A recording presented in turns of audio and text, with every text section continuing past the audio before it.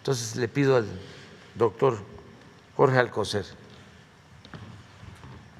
Gracias, señor presidente. Con su permiso, muy buenos días a todas y todos ustedes y a quienes se unen por vía remota.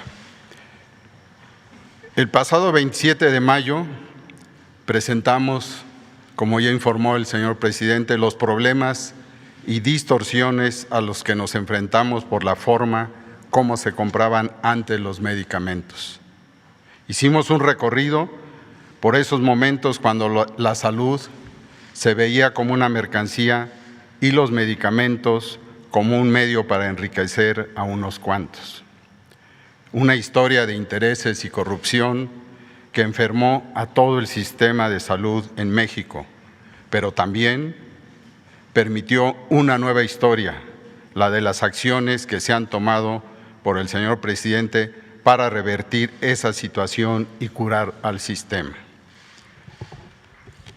Han pasado más de 7 semanas de trabajo, han pasado muchas cosas desde entonces, acciones que consideramos es un buen momento para informarlas a todos ustedes.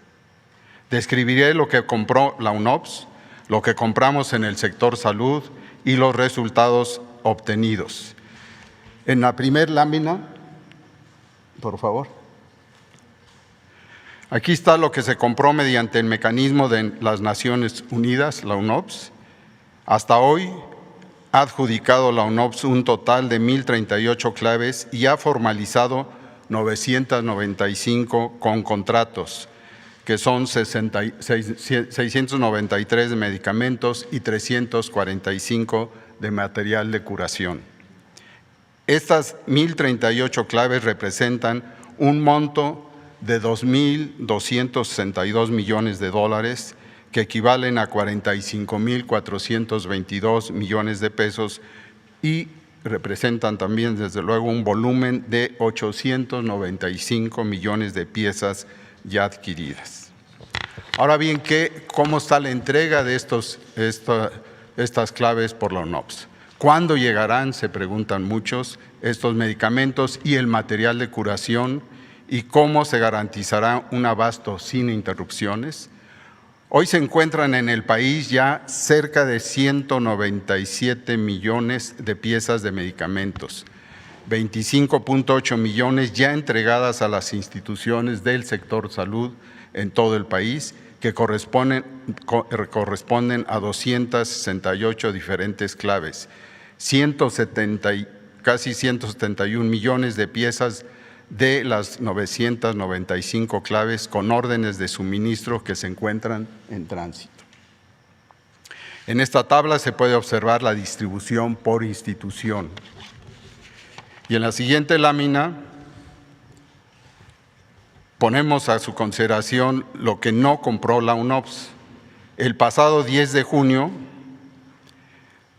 nos informó que no había tenido éxito en la adquisición de 710 claves de medicamentos y 286 de material de curación por diferentes razones. Aquí están las más importantes. Se ofrecieron proveedores que no cumplían con los requisitos mínimos de seguridad en la evaluación técnica, también precios no razonables y las que ofrecieron empresas ya inhabilitadas en México.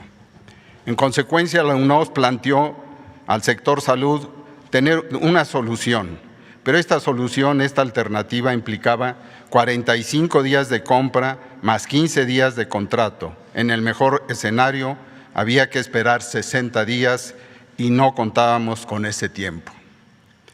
Al informarle al señor presidente Andrés Manuel López Obrador esto, nos dio una clara instrucción: salgan a comprar.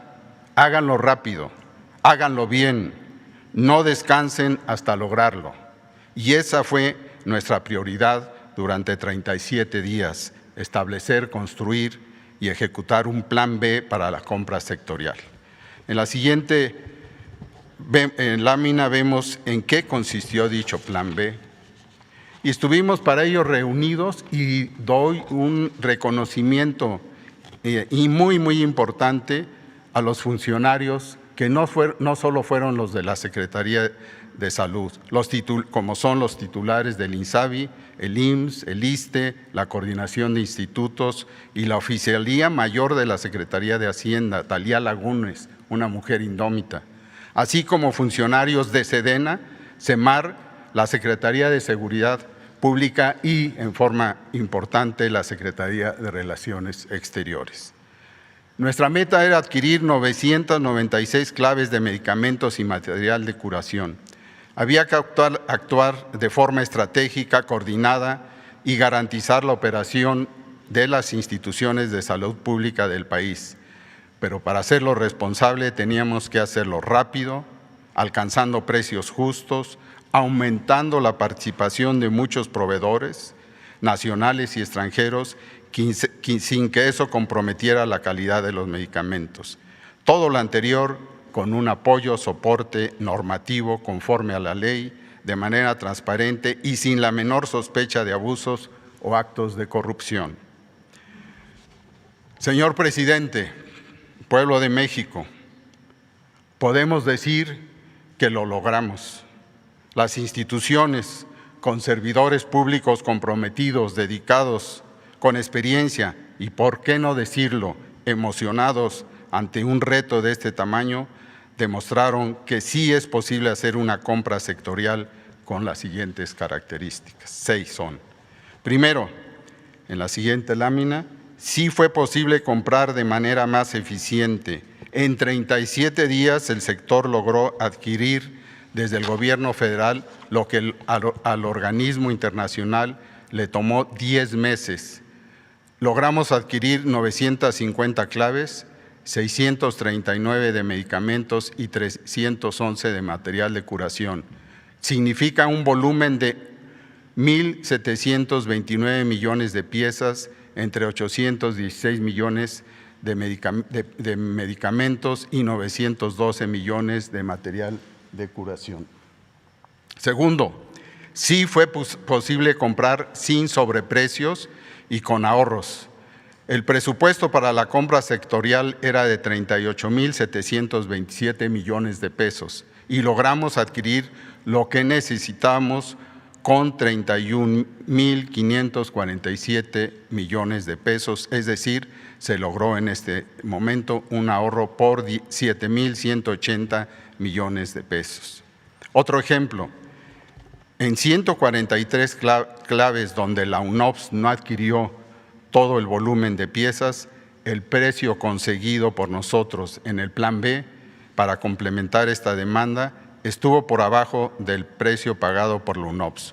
Solo por eso, en esas 143 claves nos ahorramos 290 millones de pesos. El tercero, como parte de los resultados, es que sí fue posible aumentar la participación de proveedores. Esto es muy importante, por lo ya mencionado por el señor presidente. En este proceso participaron 244 empresas, no solo unas cuantas, de las que resultaron adjudicadas 171 empresas. Un logro importante respecto a la competencia es que, como narramos en el primer informe en mayo, la compra se concentraba antes en 10 empresas que acaparaban el 80% de todo lo adjudicado.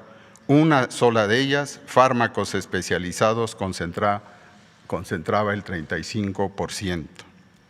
Con esta compra, como pueden ver en la tabla, el proveedor que tiene el porcentaje más alto o que logró el porcentaje más alto es Gilead Sciences, con el 6.78%, le sigue Birmex y así otras empresas como Pfizer, Roche y Novartis, entre otras.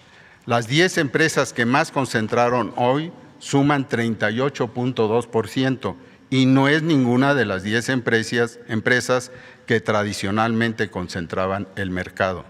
Participaron y un agradecimiento a sus representantes en México, a sus embajadores, nuestros también, además de las empresas mexicanas de Alemania, Argentina, Canadá, Corea del Sur, Cuba, Estados Unidos, Francia y la India. Un agradecimiento a todos ellos. En cuarto lugar, sí fue posible hacer procesos transparentes y abiertos.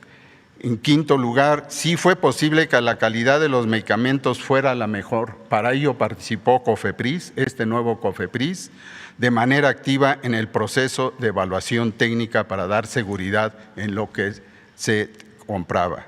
Sexto, sí fue posible avanzar hacia la optimización de la demanda. Se tomó la decisión sectorial de optimizar nuevamente la demanda por todas las instituciones ya señaladas, donde participaron especialistas de ello.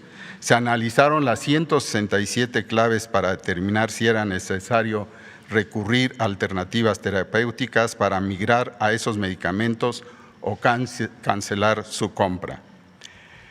En esta siguiente aparece la portada de una crónica de lo que he estado hablando y lo que hicimos en las mesas de trabajo que están ahí señaladas, en lo que es la Secretaría de Salud y oficinas alternas. Y desde luego ahí se narran cada uno de los pasos que pronto estará activa, la estamos prácticamente en un par de días afinando, lo que dio sustento al nuevo acuerdo de consolidación firmado por 37 dependencias y entidades del gobierno federal y el programa de trabajo por todos ellos. Todos estos procedimientos y el desarrollo de mesas de trabajo de tipo técnico, económico, médicas, legales y administrativas se realizaron en estos 37 días. Quiero expresar mi más amplio reconocimiento y agradecimiento a los 116 servidores públicos especialistas de las instituciones ya mencionadas, de la Secretaría de la Función Pública y los órganos internos de control que participaron en este proceso, además, ya mencionado, a los embajadores.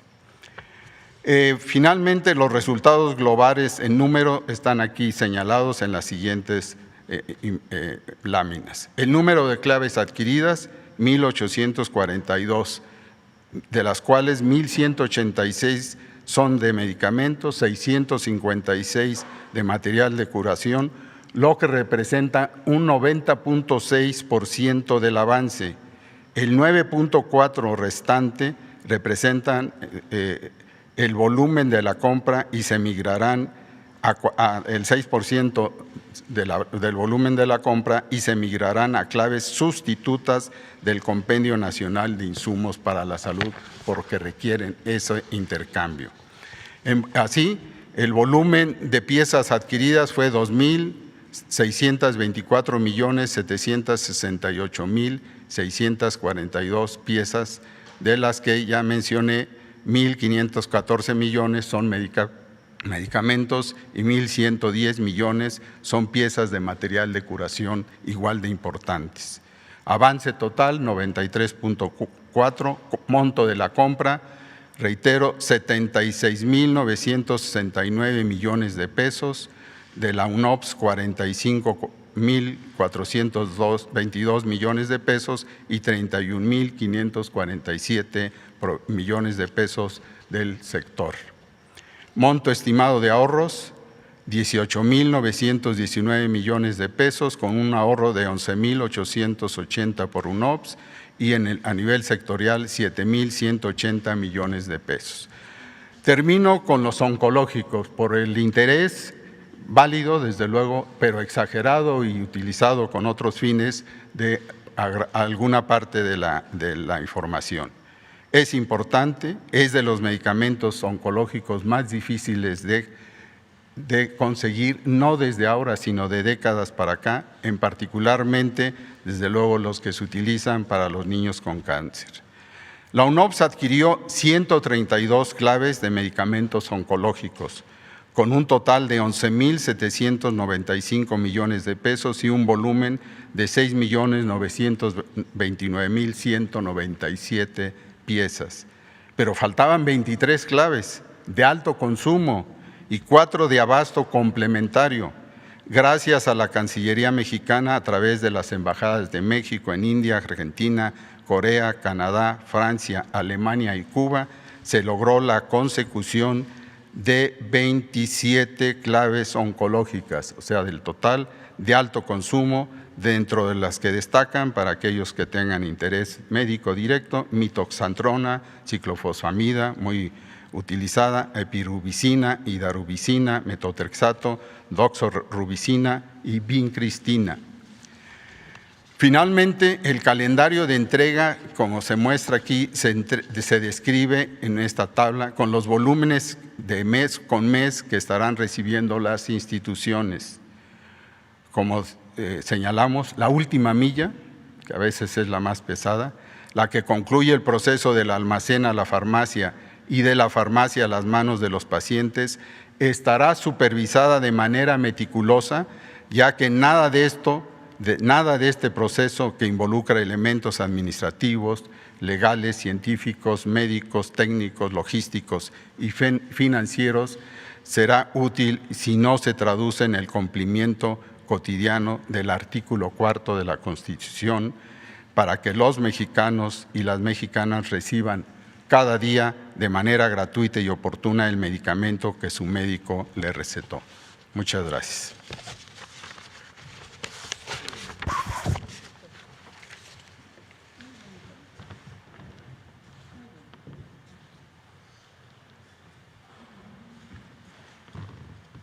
Bueno, pues esto es lo que tiene que ver con la compra de los medicamentos.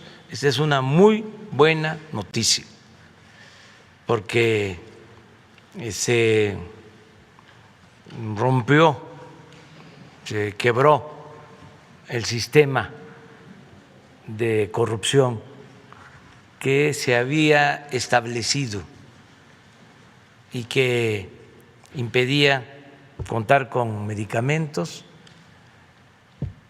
y medicamentos de buena calidad, además del abasto. Esto ha significado también ahorros importantísimos para la hacienda pública. No pudo la mafia que existía en todo lo relacionado con la venta o compra-venta de medicamentos, no pudo impedir que se lograra el propósito de adquirir todos los medicamentos. Esto llevó a hacer muchísimas modificaciones legales, empezando porque no se podía comprar medicamentos en el extranjero. Los proveedores nacionales con mucha influencia política tenían prohibido de que se compraran medicamentos en el extranjero y se tuvieron que modificar leyes y reglamentos para que se pudiesen comprar medicamentos en el extranjero.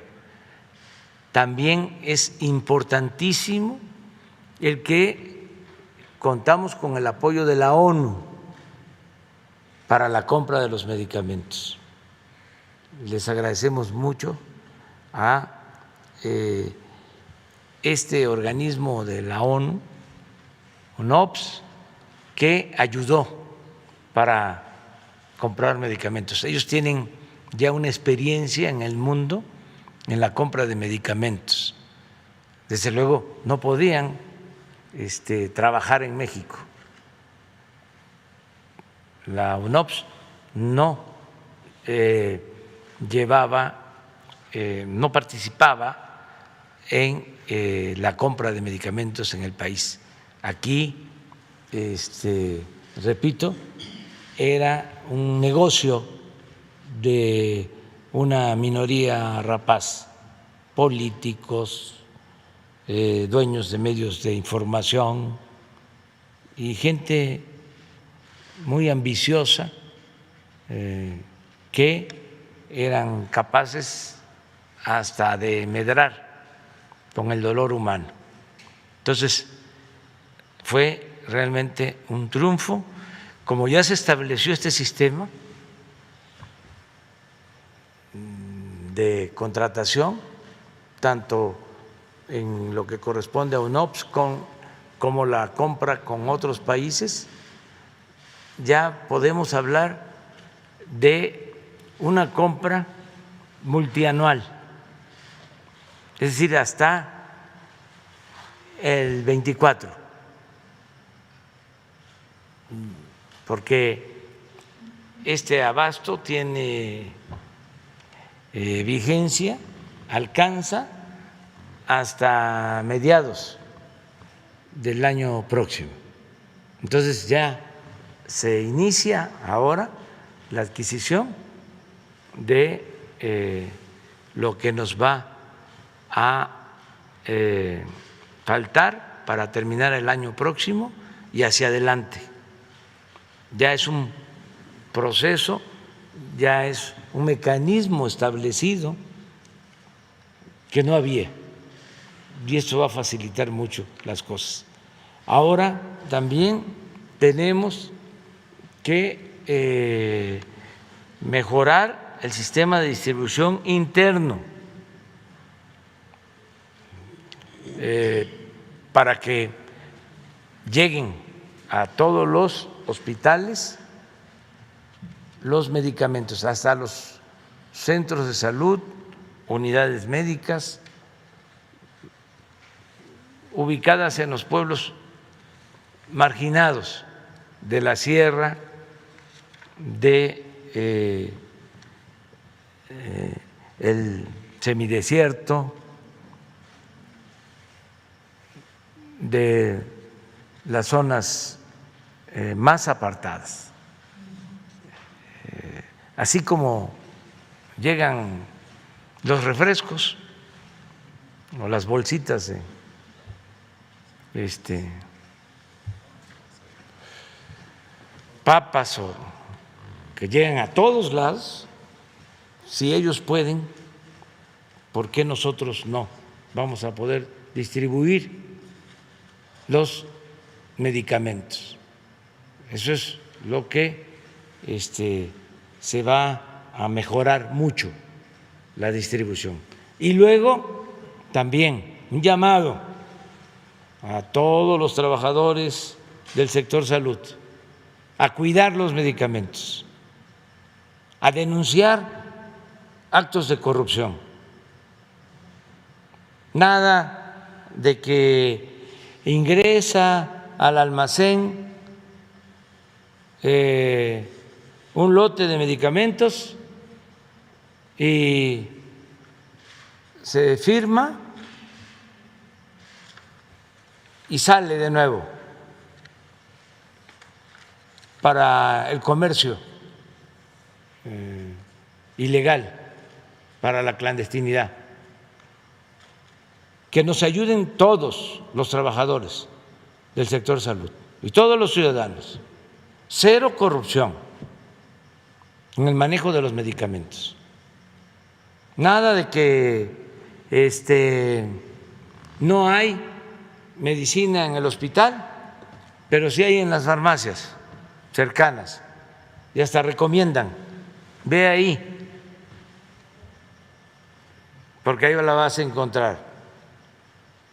Puede ser que se trate de desabasto real en el hospital, que no esté el medicamento, pero también no queremos que sea porque se robaron el medicamento de los almacenes, de los hospitales, y se entregó a farmacias o se está distribuyendo, vendiendo en el mercado negro.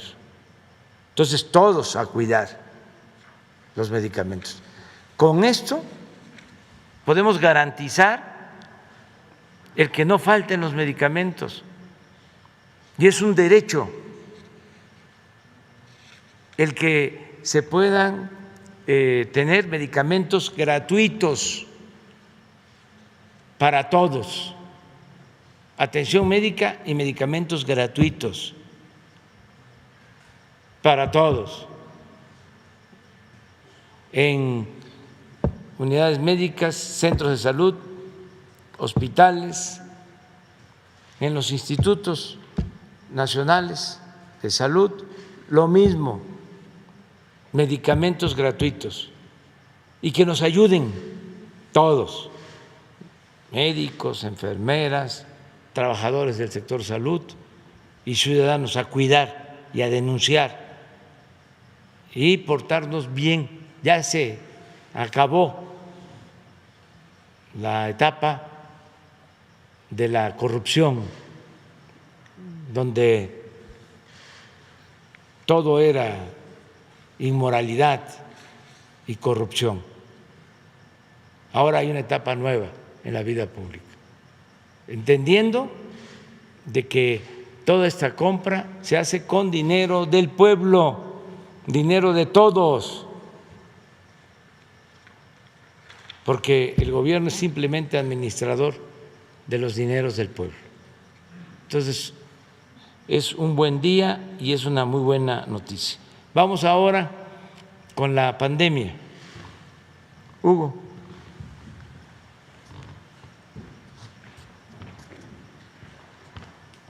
Un gusto, presidente. Con su permiso, secretarias, secretarios, muy buenos días tengan todas y todos ustedes.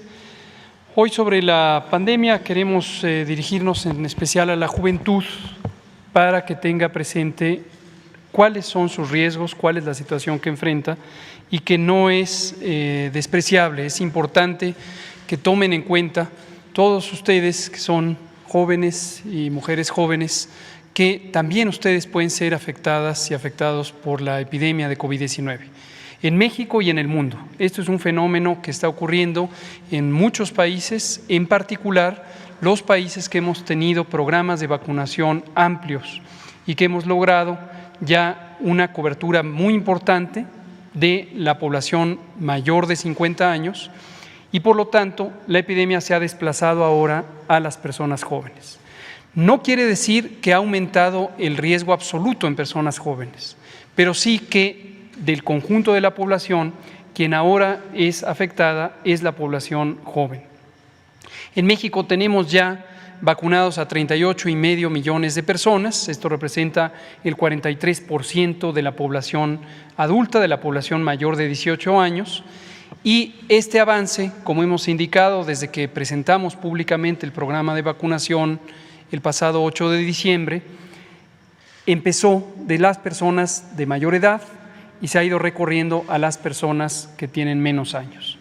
Esta semana empezamos ya en varias entidades federativas la vacunación de 18 en adelante.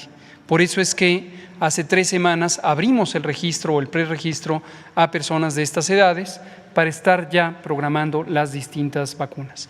Hemos tenido ya una recuperación importante del abastecimiento, con embarques de 5, 6 o hasta 7 millones en total para las 6 tipos de vacuna en cada semana.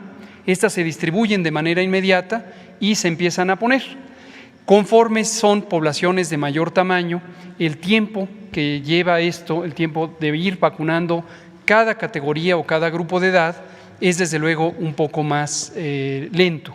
Originalmente vacunábamos en 4 o 5 días, poblaciones más pequeñas, ahora esto nos está llevando hasta 8 o 10 días para cubrir en cada entidad federativa el bloque de la población respectiva. Pero regresando al mensaje a la juventud, vamos a ver una imagen que es ilustrativa. La semana pasada presentamos aquí cómo la epidemia de COVID-19 en México, país con alta cobertura de vacunación, ya no es una epidemia tan virulenta. Se redujo la brecha, o se amplió más bien la brecha entre la ocurrencia de casos, la hospitalización y las defunciones. Esto quiere decir que, aunque tenemos el momento del tercer repunte en donde aumentan los casos, la proporción de personas que llegan al hospital o que tristemente pierden la vida es menor por el hecho de que son personas de menor riesgo y las personas de mayor riesgo ya han sido vacunadas en su mayoría. Pero aquí viene el mensaje a la juventud, ahora con esta imagen. Lo que se ve en esta imagen son 3 representaciones de la distribución de edad de los casos de COVID. En el panel de hasta arriba son los casos en general, cualquier nivel de gravedad, incluye una gran mayoría, es más del 85%, son los casos leves. En el panel del medio son las personas con enfermedad grave, las que son hospitalizadas, y en el panel de hasta abajo las muy lamentables defunciones. Y las dos curvas lo que representan son, en rojo, cómo se distribuía por edad, según la escala que se muestra en la parte baja de la diapositiva, que son los años de edad de la persona. En rojo, cómo se distribuía en la primera y segunda olas. De manera muy semejante, la primera ola con un pico máximo en julio de 2020, la segunda en la primera semana de enero de 2021. Y esto contrasta de manera muy clara con lo que ocurre ahora y está representado en color verde con la tercera ola, el tercer repunte. Podemos ver que se ha recorrido 6 a 7 años la distribución de edad. Hoy está afectando predominantemente a las personas jóvenes. La mayoría de las personas que están hospitalizadas por COVID en este momento son ya personas menores a 52 años y la enorme mayoría son personas que no fueron vacunadas. La enorme mayoría, esto es más del 97%, son personas que no fueron vacunadas. Eso es muy importante tomarlo en cuenta porque estos datos en conjunto lo que muestran, y es el mensaje que queremos insistir, es que la vacunación protege, sobre todo protege de enfermedad grave y del riesgo de muerte, y si tú eres una persona joven, también estás en riesgo y la vacuna también te va a proteger. Tenemos 6 recomendaciones específicas que damos a la juventud.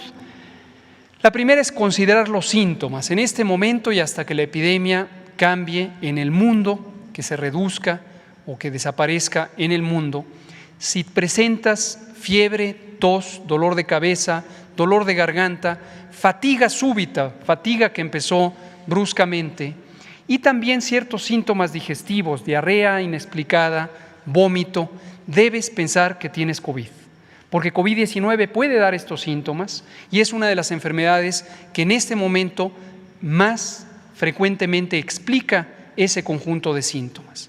Piensa que tienes COVID, aun si eres una persona joven.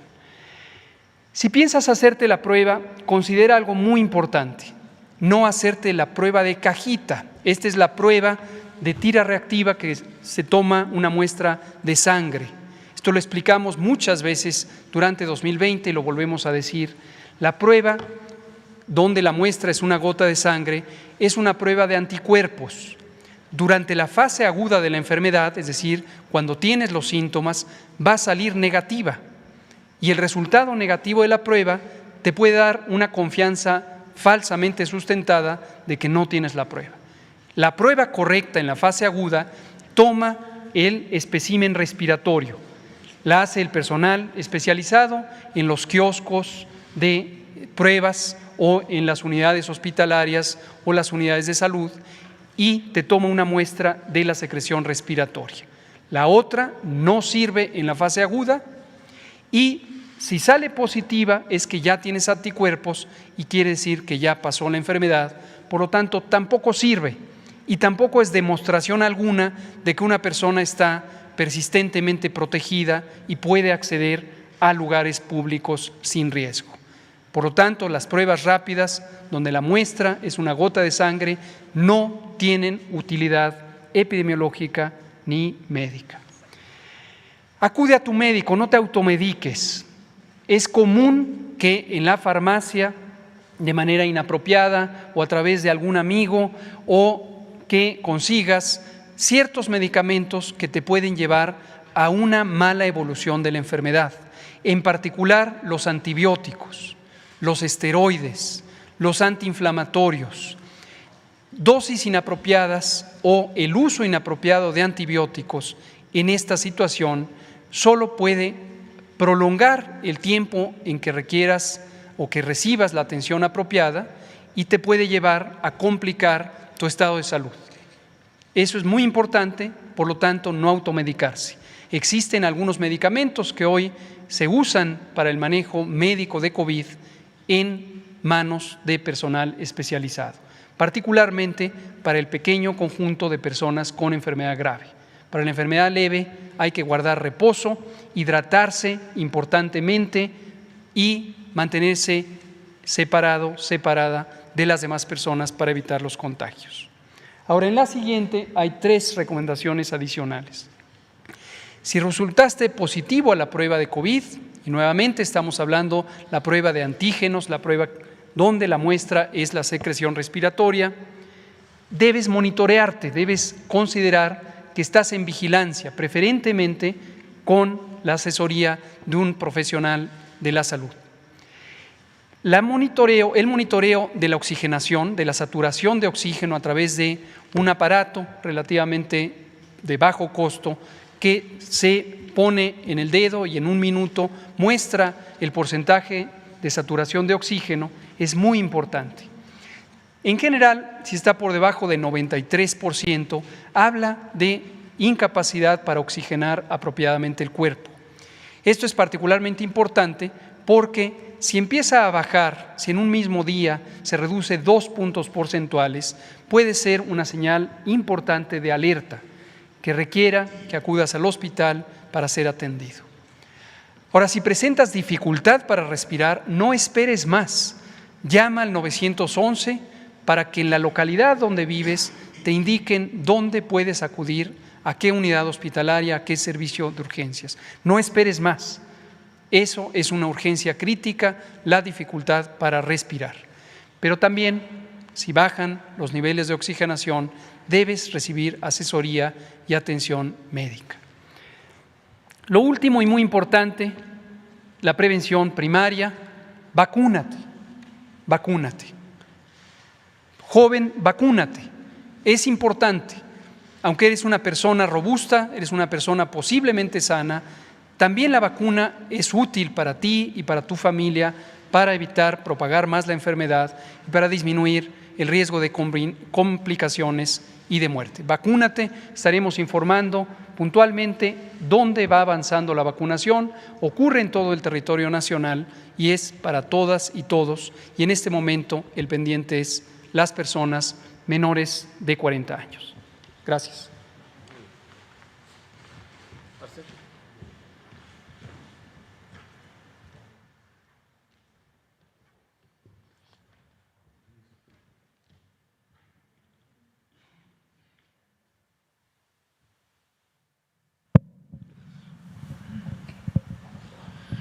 Sí, muy buenos días. Con su permiso, señor presidente, buenos días a todas y a todos. Para informar brevemente del avance de la estrategia para las vacunas. Esta es la evolución de diciembre hasta la fecha de lo que se tiene programado de adquisición de dosis de vacunas. La meta que habíamos anunciado es que en julio pudiéramos llegar a 70 millones de dosis, esa fue la instrucción del presidente, y vamos a estar empezando agosto en 80 millones de dosis para garantizar las metas que el sector salud ha definido en materia de vacunación, de nuestro plan de vacunación. La siguiente, por favor. Llevamos 2 semanas con más de 6 millones de dosis. Más o menos para darnos una idea, esto podría servir para 2 de las entidades más pobladas del país, Estado de México y la Ciudad de México, porque a veces cuando hablamos de millones es difícil de dimensionar de qué tamaño es el esfuerzo que se está haciendo. La que sigue, por favor. Otra cosa que México tiene es de los países que tenemos más vacunas autorizadas por COFEPRIS. Aquí, diciembre del 2020, la primera autorización fue a la vacuna Pfizer, enero 21 fue AstraZeneca, febrero fue CanSino, febrero fue Sputnik V, Sinovac, en abril fue Covaxin y en mayo fue Johnson & Johnson o Janssen, que así se conoce. Y eso lo ha hecho COFEPRIS, que es una agencia que tiene el más alto estándar de calidad a nivel mundial. Decirles que ahora se está por presentar 2, Moderna de Estados Unidos. Alguien me decía, bueno, ¿y por qué se tardaron? No nos tardamos nosotros no podemos suplir a Moderna. Moderna está entregando sus documentos, su dossier, suponemos esta semana, porque no estaba disponible esa vacuna. Pero México está muy atento a que esto ocurra pronto. Igual Sinopharm que es una vacuna ya autorizada por la Organización Mundial de la Salud también. Con lo cual tendríamos un portafolio pues, de los más amplios del mundo. La que sigue, por favor. Para el G20 estamos preparando por instrucciones del presidente la reunión que va a tener lugar hacia el mes de octubre. Se reunieron todos los responsables del G20 para ampliar la distribución global de vacunas y asegurar su acceso a todas las personas, que debe promoverse una recuperación económica justa, incluyente y sostenible, y se debe fortalecer la cooperación para prevenir futuras pandemias. Estas son las causas que México va a llevar y aquí está la reunión que ya tuvo lugar preparatoria para el mes de octubre. La que sigue, por favor. Informar que nosotros México ha sido por instrucciones del presidente un actor principal para exigir cooperación, pero también para darla, porque no podemos decir una cosa, exigir una cosa y hacer otra. Entonces México ha apoyado con diferentes tipos de cooperación a 16 países en América Latina y el Caribe, aquí algunos de los principales, ya sea enviándoles vacunas o enviándoles equipos, ventiladores, equipos de protección personal, están desde Belice, y el más reciente que enviamos fue a Cuba 800,000 jeringas que van a utilizar para aplicar las vacunas en Cuba. Todos esos países les hemos enviado apoyo y vamos a seguir en esa misma línea. La que sigue, por favor. Por último, como ya lo mencionó el doctor Alcocer, estamos trabajando con el sector salud para la adquisición de medicamentos con estos países, que es Alemania, Canadá, Corea del Sur, Francia, India y Japón. Afortunadamente hemos tenido buena respuesta de esos países, que mucho agradecemos. Eso sería cuanto, señor presidente.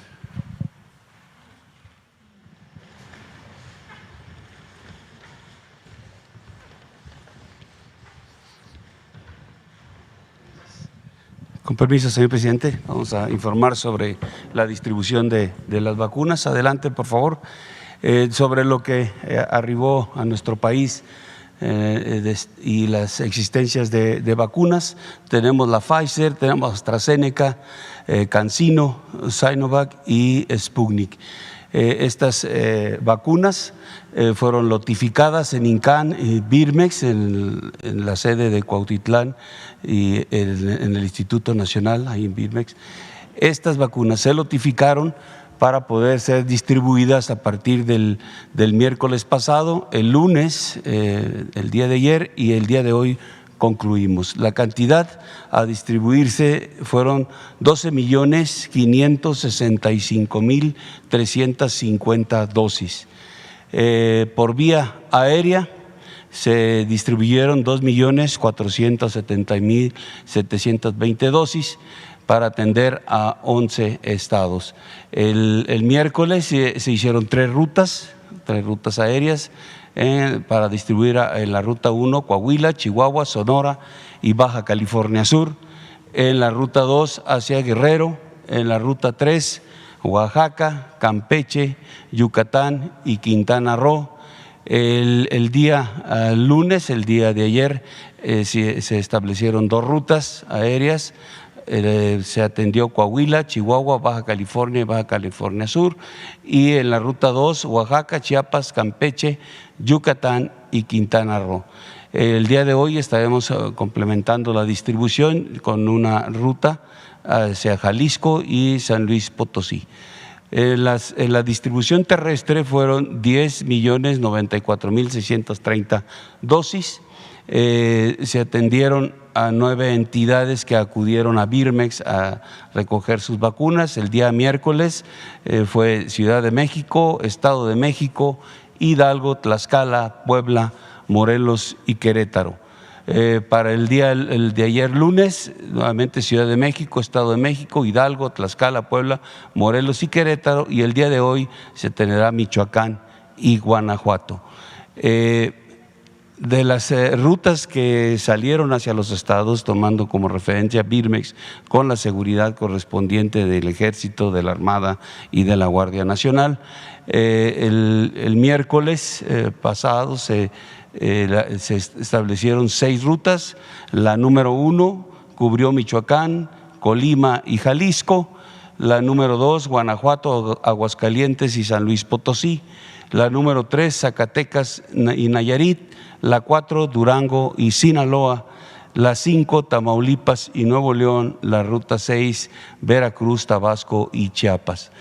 Para el día de ayer, el lunes, se establecieron 7 rutas terrestres, la número 1 para cubrir Michoacán, Jalisco y Colima, la 2 Guanajuato, Aguascalientes, San Luis Potosí, la 3 Zacatecas, Durango, Nayarit, la 4 Sinaloa y Sonora, la 5 Nuevo León y Tamaulipas, la 6 Veracruz y Tabasco, la 7 hacia Guerrero. Adelante, por favor.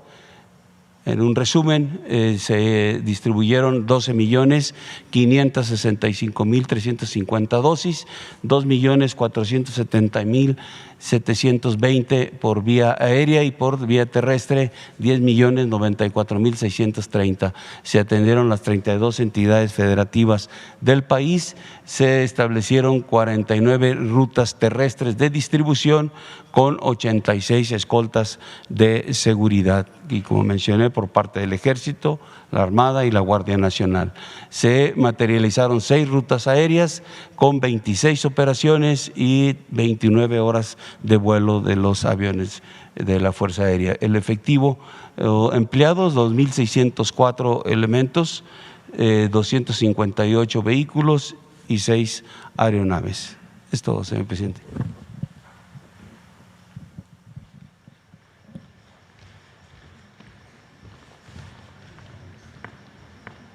Muy bien, vamos a comenzar. La compañera primero. Gracias, presidente. Sandra Aguilera, de Grupo Larsa Comunicaciones.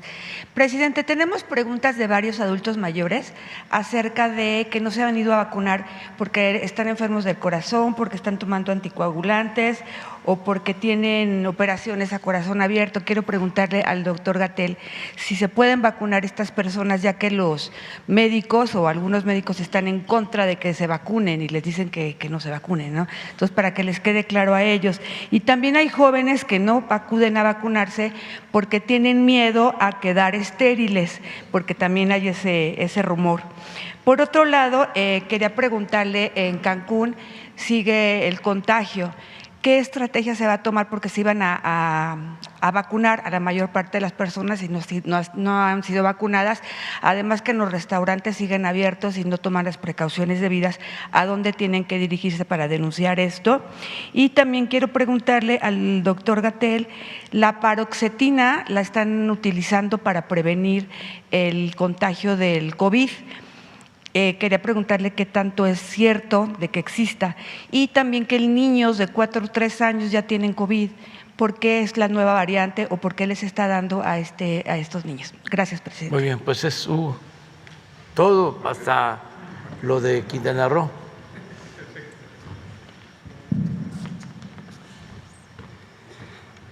Con mucho gusto, Sandra. Volvemos a comentar sobre estos temas. El primero, sobre restaurantes y en general sitios que pueden estar abiertos. La perspectiva del manejo epidémico ha ido cambiando a lo largo del proceso, no solo en México, sino en el mundo.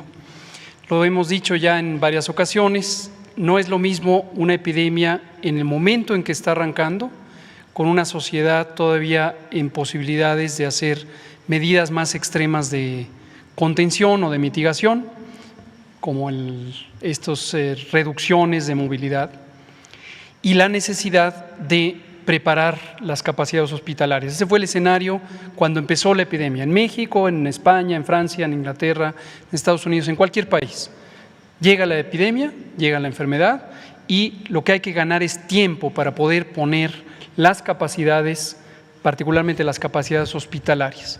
En países que teníamos muy deteriorado el sistema de salud, es el caso de México al arranque de la epidemia, lo hemos comentado también mucho, era indispensable tener una mitigación inmediata, lograr aplanar la curva, de lo que se habló muchísimo durante 2020, para que nos diera tiempo de adquirir los ventiladores, todo el material, entrenar a los médicos, que teníamos un déficit enorme, contratamos más de 50,000 personas, etcétera.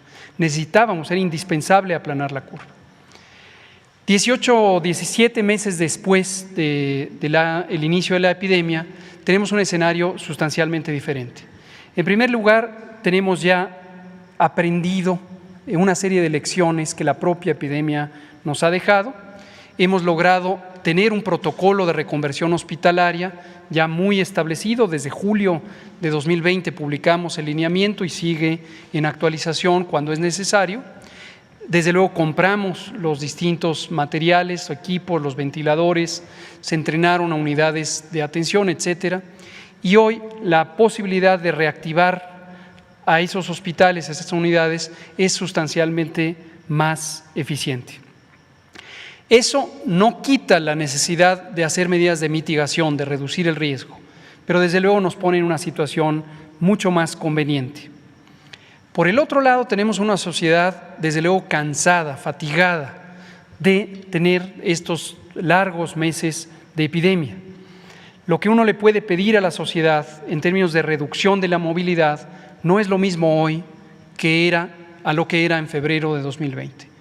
Tratar de forzar la situación cuando ha habido importantes efectos en la vida pública, económicos, sobre todo para las familias que tienen mayor escasez de recursos. No olvidemos que más de la mitad de la población de México vive en condiciones de pobreza y no podemos forzar las cosas y que la gente siga sufriendo la adversidad social y económica. Tiene consecuencias económicas generales para el país y también no es conveniente forzarlo. Hay ámbitos específicos, se han destacado, el presidente los ha mencionado en particular, el de la educación pública, por las consecuencias que tiene sobre la juventud y la niñez el estar en este estado especial, anormal, de reclusión. Eso tiene consecuencias emocionales, psicosociales.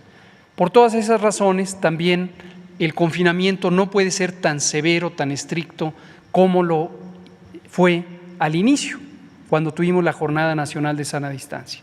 Pongo todo esto en contexto para que usted, Sandra, y todo el mundo visualice cómo el balance entre confinar para reducir los contagios y desconfinar para evitar el daño social es un equilibrio continuamente en revisión, es un equilibrio dinámico.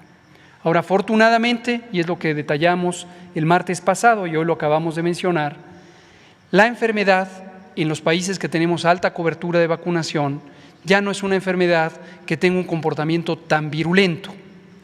Puede seguir causando enfermedad grave, que no haya duda, puede seguir causando la muerte, pero en la proporción de la sociedad que se ve afectada, afortunadamente ya no es tan grande, precisamente porque la mortalidad y la gravedad se redujeron como producto de la vacunación y una amplia cobertura en las personas de mayor riesgo.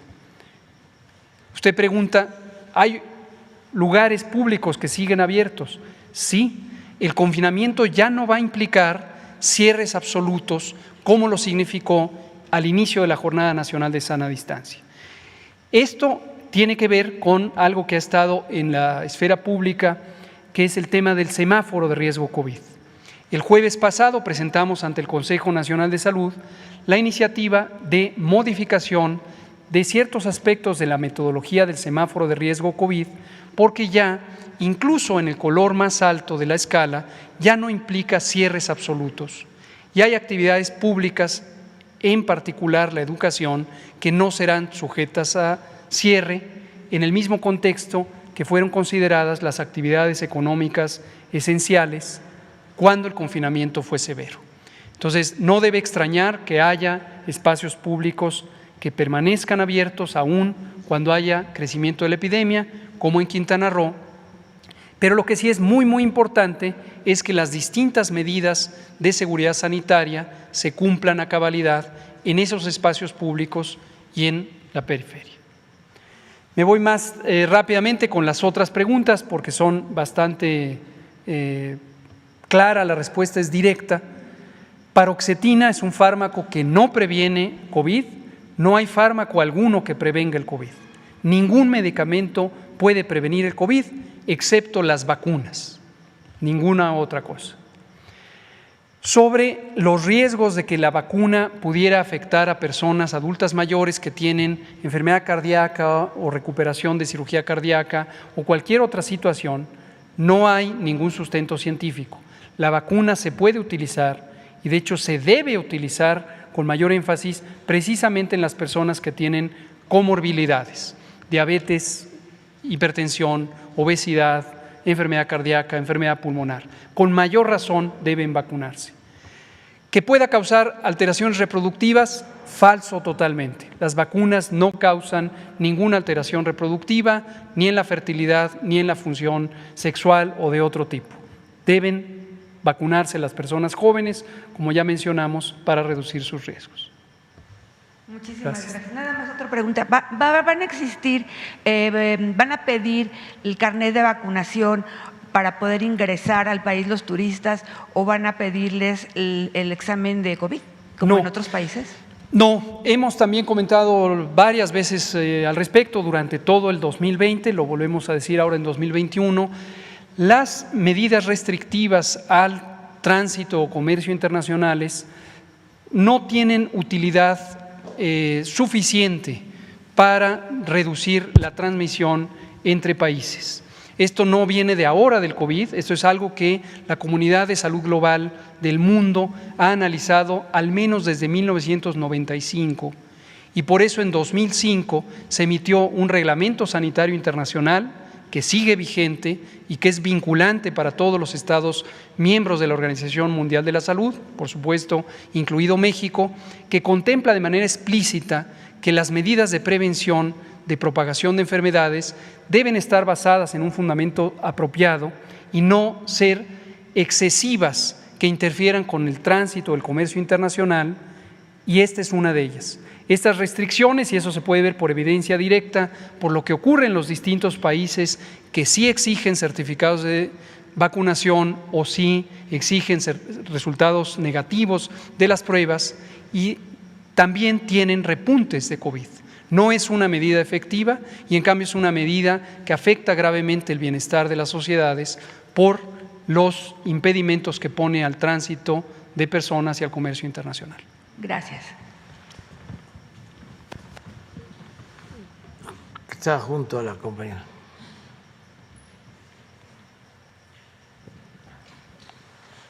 Buenos días, señor presidente.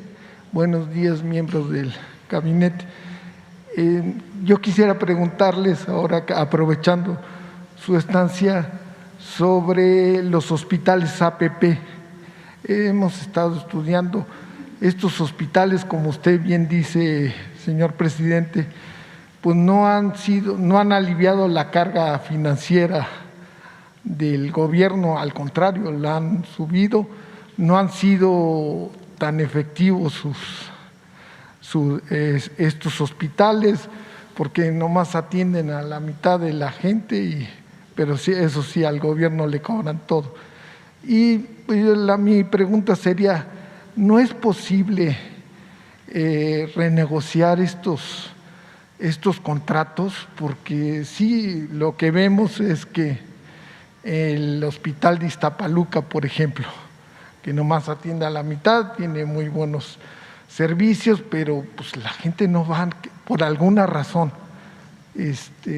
falta de personal, porque no se planearon efectivamente, están muy lejos de las poblaciones urbanas, y este hospital que es del cuñado de Hipólito Gerard, del cuñado de Salinas de Gortari, y cuñado también de José Antonio González, que fue secretario de Hacienda. Entonces, la pregunta sería, ¿se pueden revisar esto? Vemos que también el hospital de Tapachula lo tiene el grupo de Imagen, que lo mismo tienen televisión, tienen radio, tienen periódicos y otro sinnúmero de negocios. Está también el grupo Marnos, que es de la familia Servige, de los dueños de Bimbo, que han colaborado mucho para la obesidad de este país, y entonces ahora están haciendo hospitales. Tengo aquí varios datos que quisiera luego mandárselos, son muy largos, de todo lo que se paga y cómo están amañados estos contratos.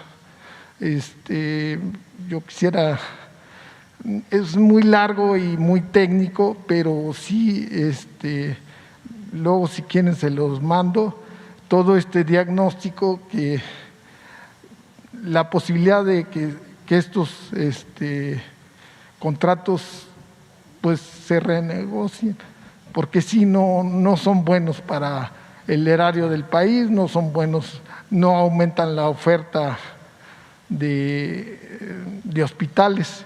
Entonces esa sería mi primera pregunta. Sí, se están revisando contratos, ¿no? En la medida de lo posible. Esta fue una política totalmente dañina al interés público. Fueron de esas cosas que se hicieron para beneficiar a grupos vinculados al poder.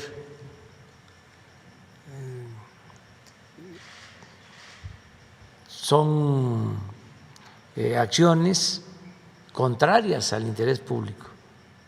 Buenos negocios para particulares, malos negocios para la hacienda pública. Todas las llamadas APPs, eso lo inauguraron en el periodo neoliberal. ¿En qué consisten las APPs? Te construyo un hospital y te doy el servicio.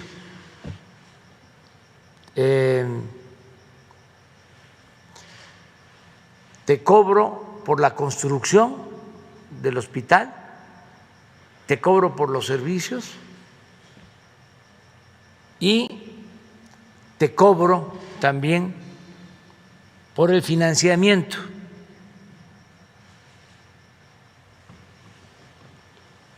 No necesitas más que tener la autorización de Hacienda, porque si se trataba de gobiernos estatales, se firmaba el contrato y quedaban en garantía las participaciones federales. Por ejemplo, el Hospital de Zumpango, en el Estado de México,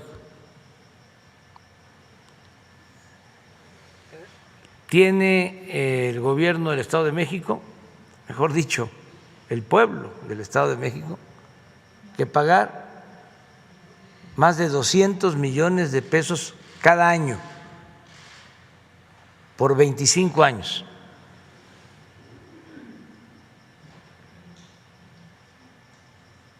Al final el hospital va a salir en 7, 8 mil millones, cuando un hospital con esas características, cuando mucho, 500 millones de pesos.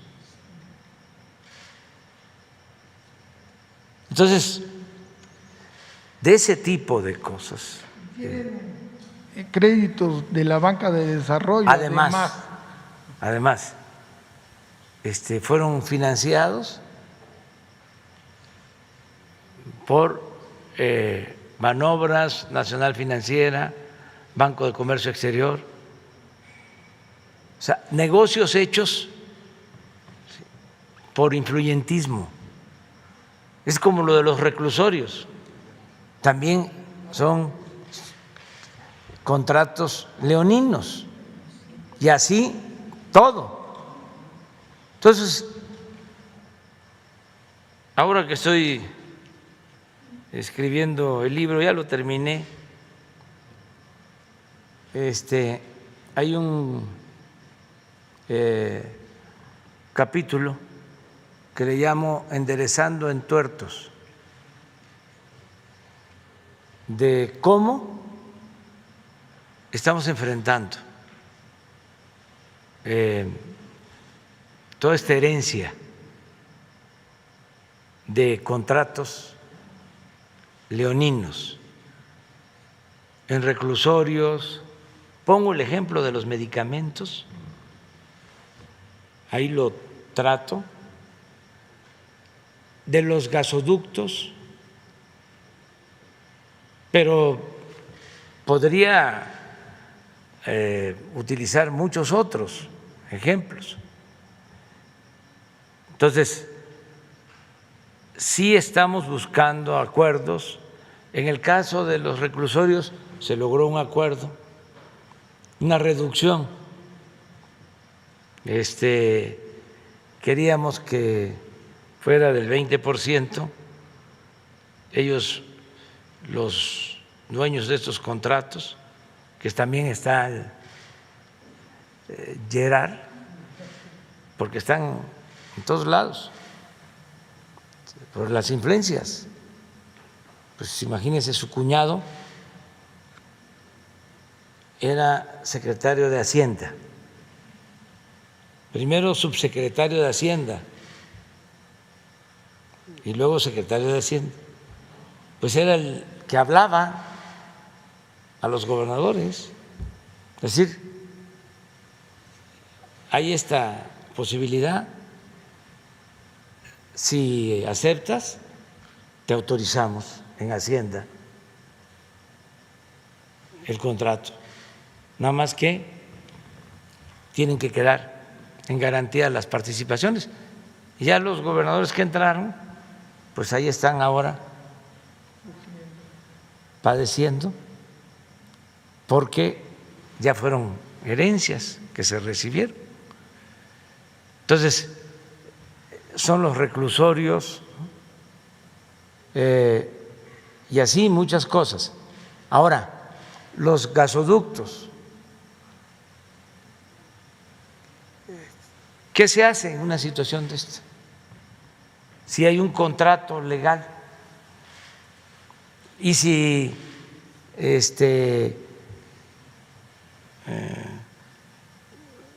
argumentan de que se está violando el contrato. Entonces, pueden acudir, que esa es otra innovación que se impone en el periodo neoliberal, el que se puedan dirimir asuntos internos que tienen que ver con nuestra Constitución, con nuestras leyes, en tribunales internacionales. Y en general es muy difícil que se les gane a las empresas nacionales o extranjeras en esos tribunales. Siempre ganan. Lo de Grupo Marmos. Sí, pero además cobran todavía más al ganar ellos. Sí, hay que pagar todavía más todos los gastos de la asesoría legal, el pago a los despachos. Entonces, a ver, ¿qué se hace? Pues se habla con los empresarios y se les dice: oigan, en otros tiempos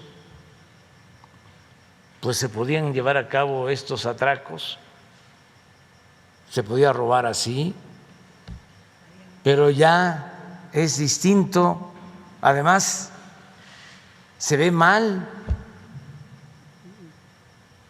Ustedes son hasta religiosos, van a los templos, van a la iglesia todos los domingos. ¿Cómo van a actuar de esta manera? Porque es un robo. Antes se consideraba nada más como ratero al que se robaba una gallina, al que se robaba un pavo, al que se robaba una bolsa en el mercado. Y los grandes ladrones ni siquiera perdían su respetabilidad. Hasta a veces se les decía a los hijos: estudia para que cuando seas grande seas como don fulano, ¿no? Un reverendo ladrón. Entonces, ya no. Ahora el corrupto está mal visto y hay que seguir estigmatizando la corrupción. Nada de que roban y no pierden ni siquiera su respetabilidad. Entonces, ya hay una nueva actitud también de los empresarios. Ya saben que son otros tiempos y muchos se acercan o se les llama y aceptan que se revisen los contratos. Y así hemos ido avanzando. En el caso, por ejemplo, de los reclusorios, a un 15% en 4 años nos vamos a ahorrar 10,000 millones de pesos, que son muy buenos, por la negociación que se hizo, a razón de 2,500 millones por año, porque teníamos que pagar 16,000 millones de pesos por año y con la negociación quedó como en 13,500, 14,000 millones. Entonces siguen con su contrato.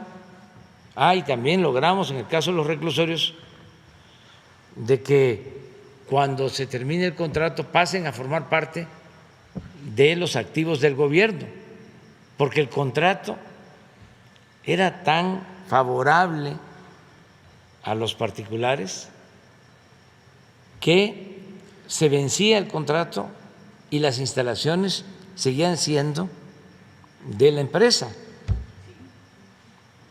Pero así como eso, pues fue todo. Entonces ahora estamos haciendo todo este esfuerzo y sí, en el caso de los hospitales estamos negociando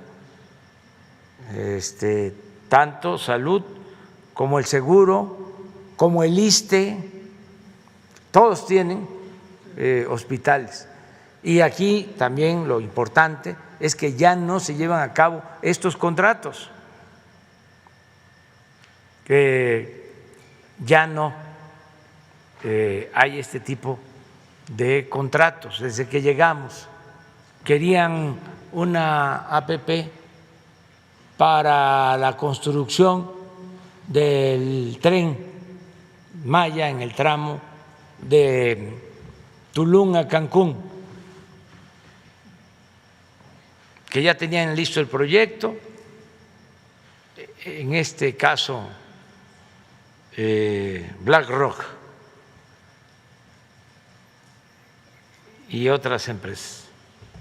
Y dijimos, no, es que se convierte pues en una deuda eterna, hay que estar pagando y pagando y pagando y pagando.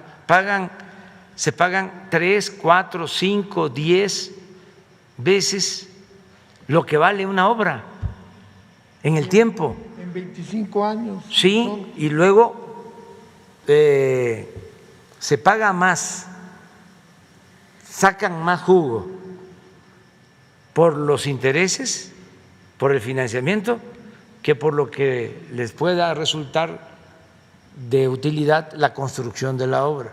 Entonces eso ya se canceló completamente. Muchas gracias. En una segunda pregunta, ha trascendido en varios medios de comunicación que Birmex tiene perdidos 20 millones de dosis de vacunas. Pues yo no lo creo, ¿no? Pero sí podrían aclarar esta… Sí, sí ha salido en varios medios. Sí, pues yo creo que Hugo podría aclarar.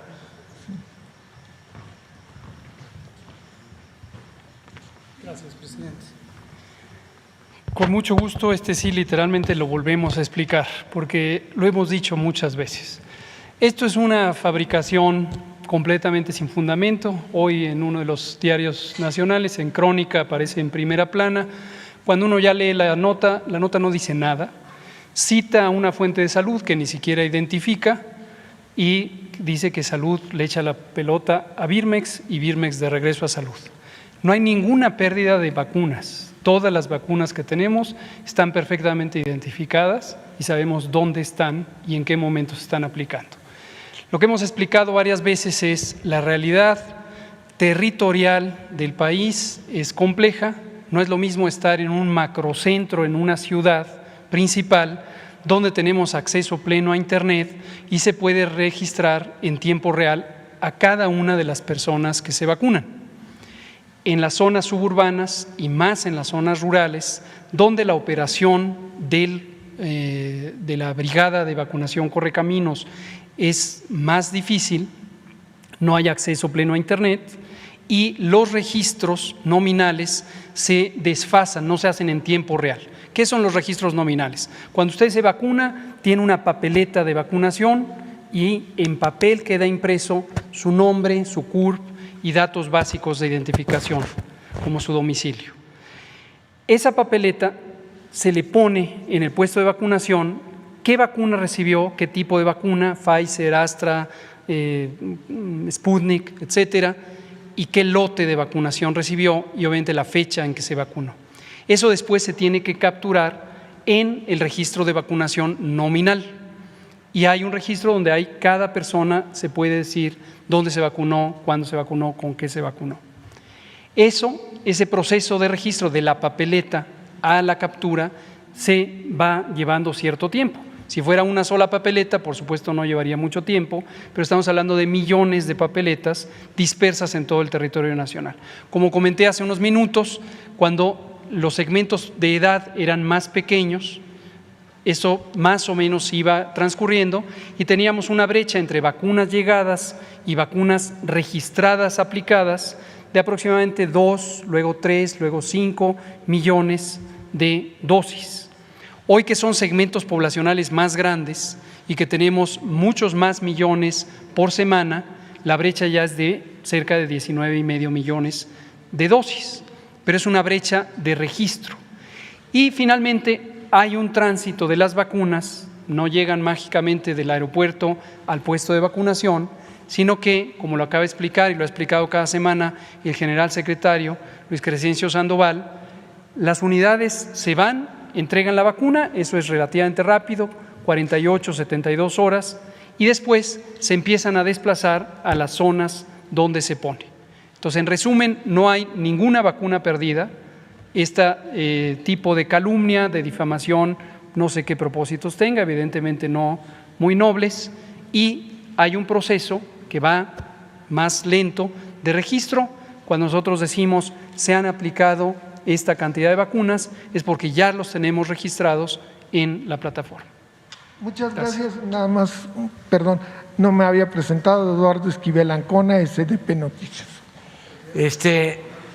Miren, hay muchas cosas que ya no se hacen en el gobierno, que se hacían antes y ya no se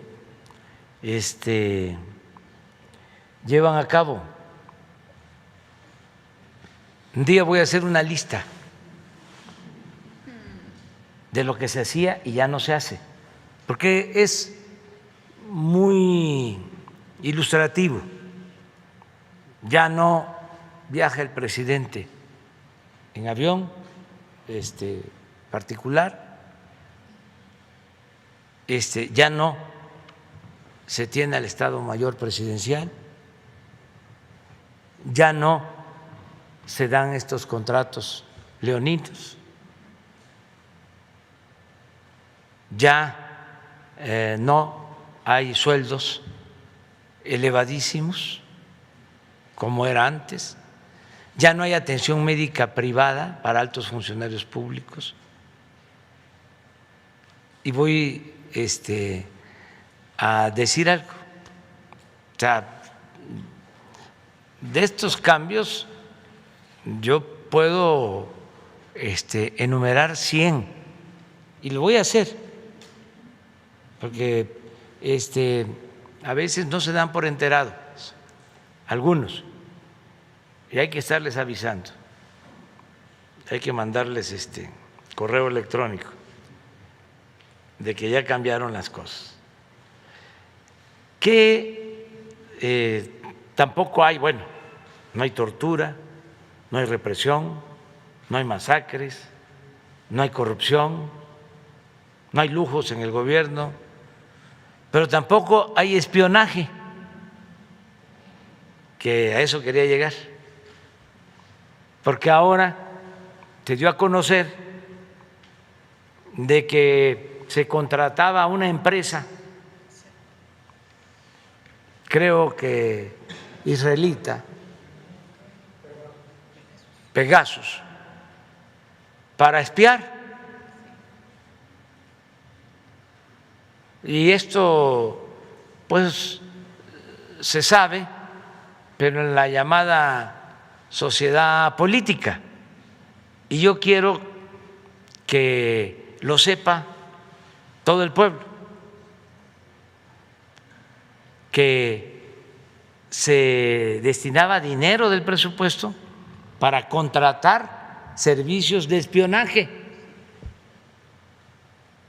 y se espiaba a todos los dirigentes de oposición y se espiaba a periodistas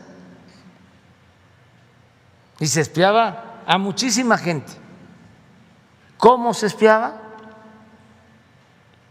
Tenían equipos sofisticados para escuchar todas las llamadas telefónicas, no solo de la persona que era el blanco, sino de todo su entorno. Desde luego, me espiaban durante 1 o 2 años, bueno, mucho más, pero ahora se da a conocer que también espiaban a mi esposa, a mis hijos, bueno, hasta al médico que me atiende, al cardiólogo. ¿No está la noticia por ahí? ¿Mande? Son 50 de sus círculos. Sí, pero yo quiero que esté aquí, nada más, a ver si... Pero ya no hay ningún contrato con TNT. 50 personas cercanas a mí. Pero esto no solo era en mi caso, era periodistas, era a todos. Imagínense,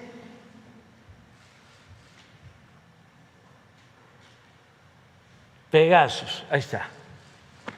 Pero era a muchos y se hacía a nivel mundial esta empresa. Entonces, se convierte en una noticia mundial porque esto mismo hacían en otros países. Ahora, independientemente de que se llevaba a cabo esta labor de espionaje, imaginemos cuánto costaba, cuánto dinero se destinaba al espionaje.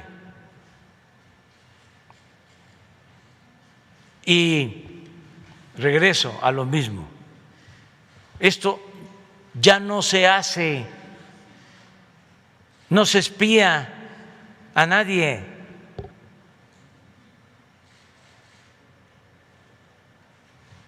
Ya desapareció el llamado CISEN, porque se han hecho tantas cosas y en poco tiempo,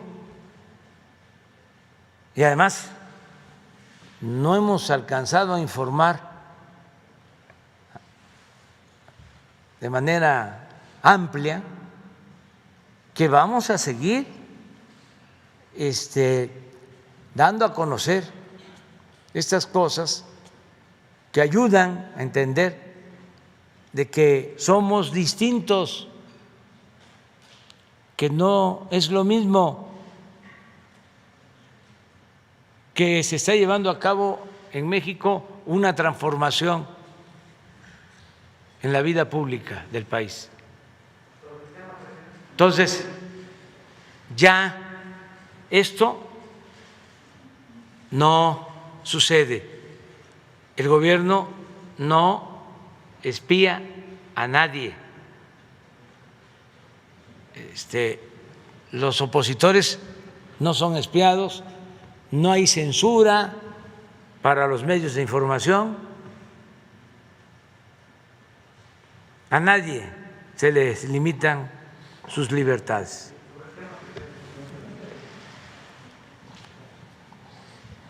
Ahorita le hablo del espionaje. Primero me presento, señor presidente.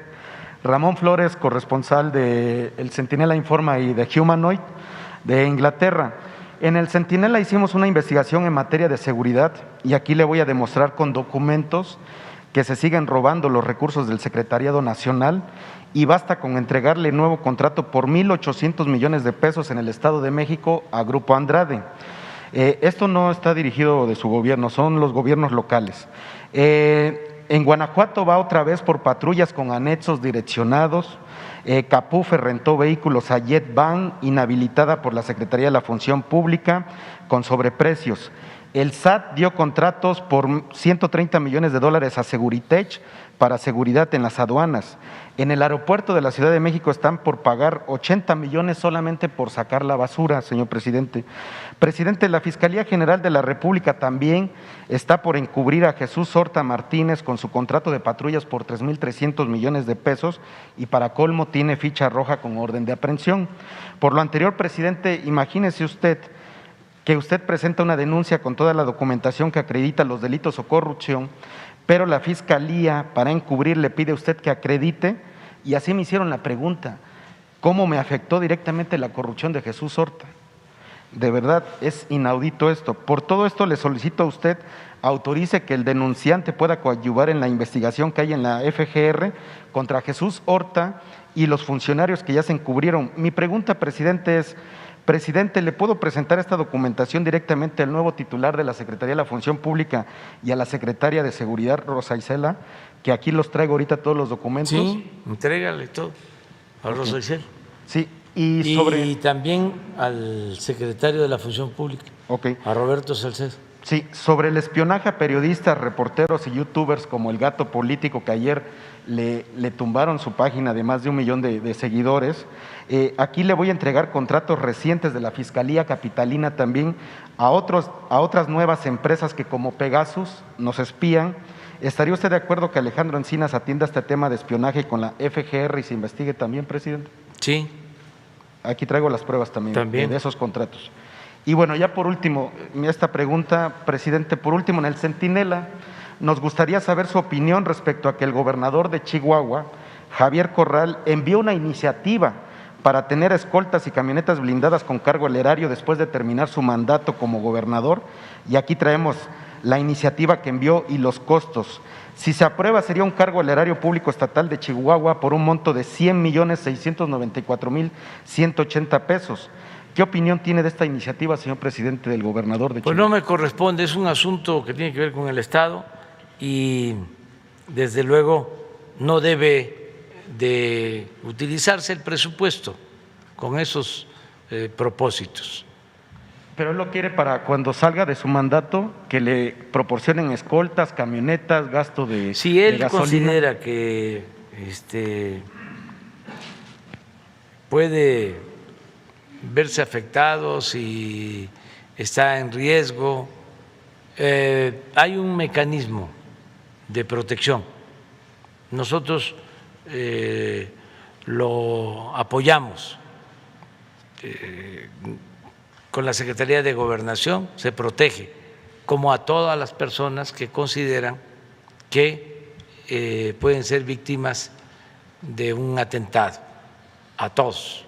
Nada más que él va a ingresar, va a ingresar a ese sistema, va a ser el gobernador Sí. ¿Va a ser el procurador del Estado que se sale con él?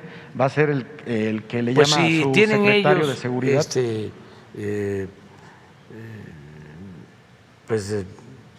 Riesgos, ¿sí? Se les apoya, se les protege a todos.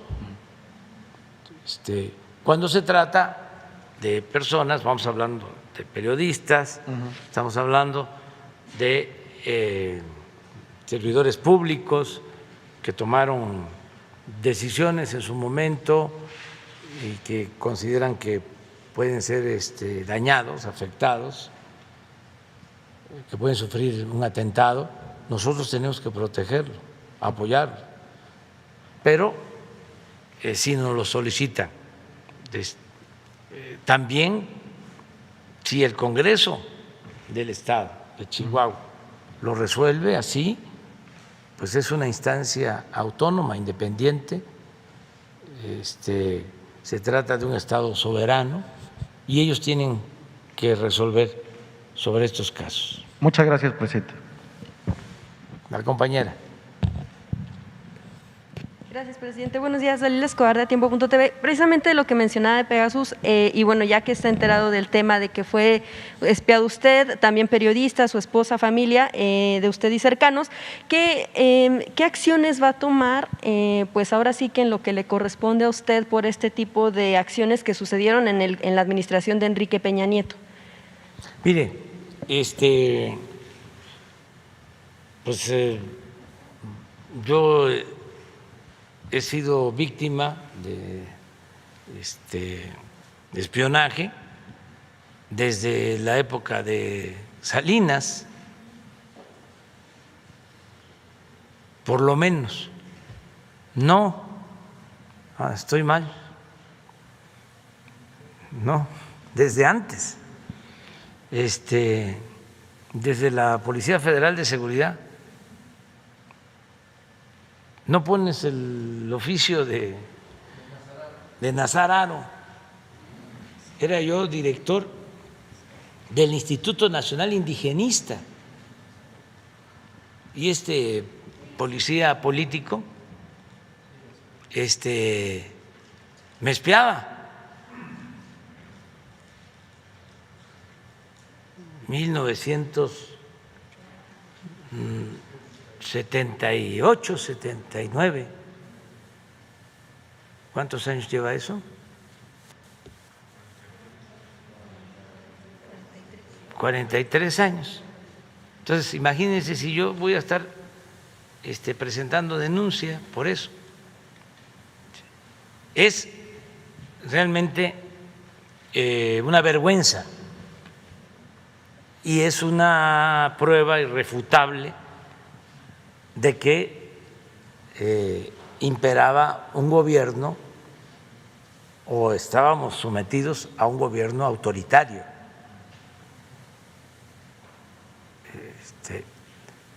antidemocrático, que violaba los derechos humanos. El Estado era el principal violador de los derechos humanos. Entonces, si me pongo ahora a presentar denuncias, pues no termino. Hay que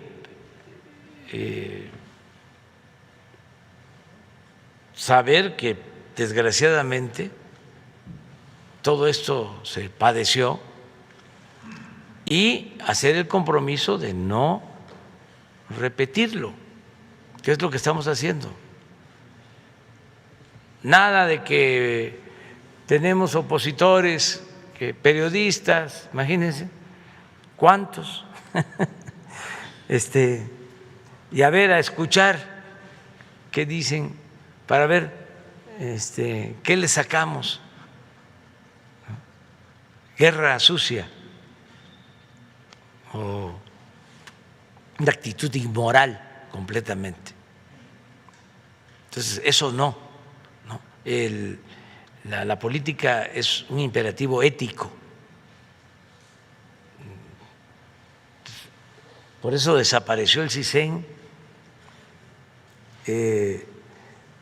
y lo que hay de inteligencia tiene que ver con el combate al crimen, es para proteger a los ciudadanos, no para estar espiando a opositores, a periodistas, a dirigentes políticos, a dirigentes de partido, a dueños de grandes empresas, a las iglesias, no, y así era, a todos los espiaban. Se llegó a perfeccionar tanto de que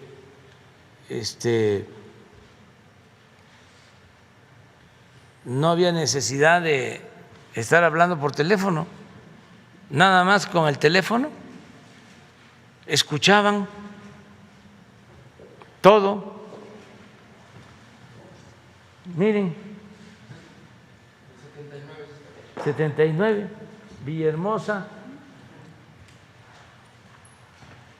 9 horas, de 9 a las 9:45 horas, 45 minutos de hoy, en el local del Partido Socialista de los Trabajadores,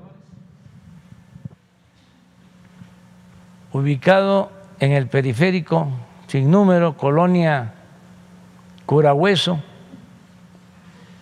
de esta ciudad, se reunieron Erwin Héctor Ocaña Rivera, Georgina Castañeda, deben de estar por ahí.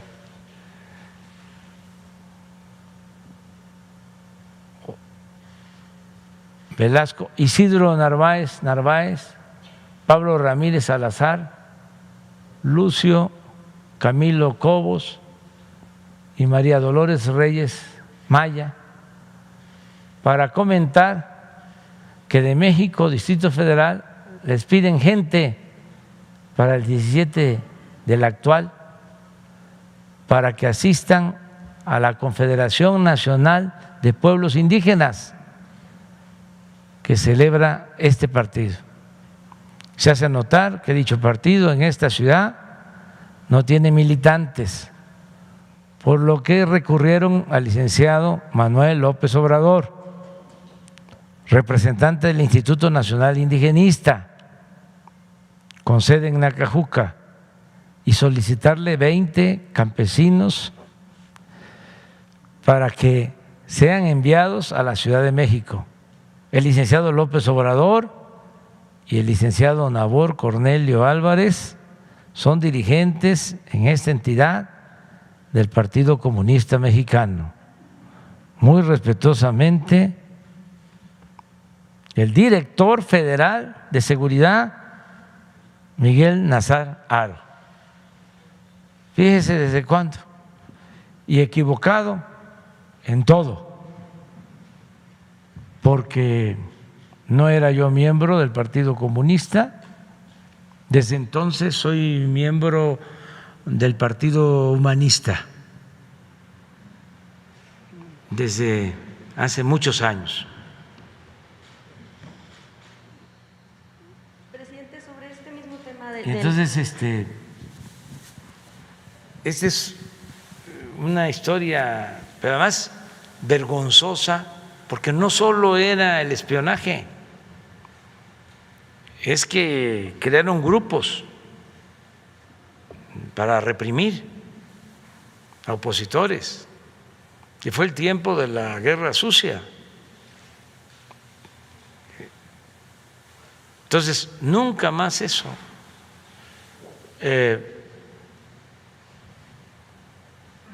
Y sería bueno conocer más sobre quién pagó, de dónde salió el dinero, quién lo ordenó. Porque se habla de que parte de los clientes, bueno, pues era en ese entonces la PGR, también Sedena, el CISEN, pero preguntarle si la revisión que ustedes han hecho, si continúa este contrato con NSO Group.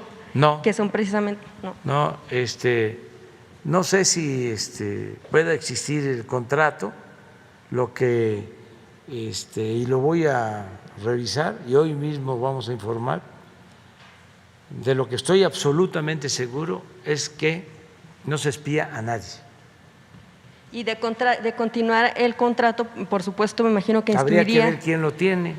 y la investigación sobre quién sería, ¿no? Sí, se hace la investigación. Si existe el contrato hay que cancelarlo. Yo no creo que exista, pero de todas maneras hay que hacer la revisión.